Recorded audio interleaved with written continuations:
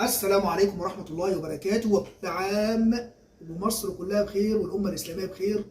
أنا طبعا كنت قليل الكلام الفترة اللي فاتت، بس هو موضوع سريع كده. طبعا موضوع كروي، نبدأ الكورة ونتكلم في الكورة.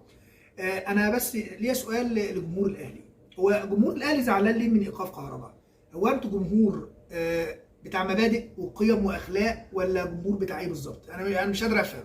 هو كهرباء غلط ولا ما غلطش؟ هو لما شيكابالا غلط او امام عاشور غلط واتعاقب، خلاص اتعاقب، عيل وغلط يتعاقب.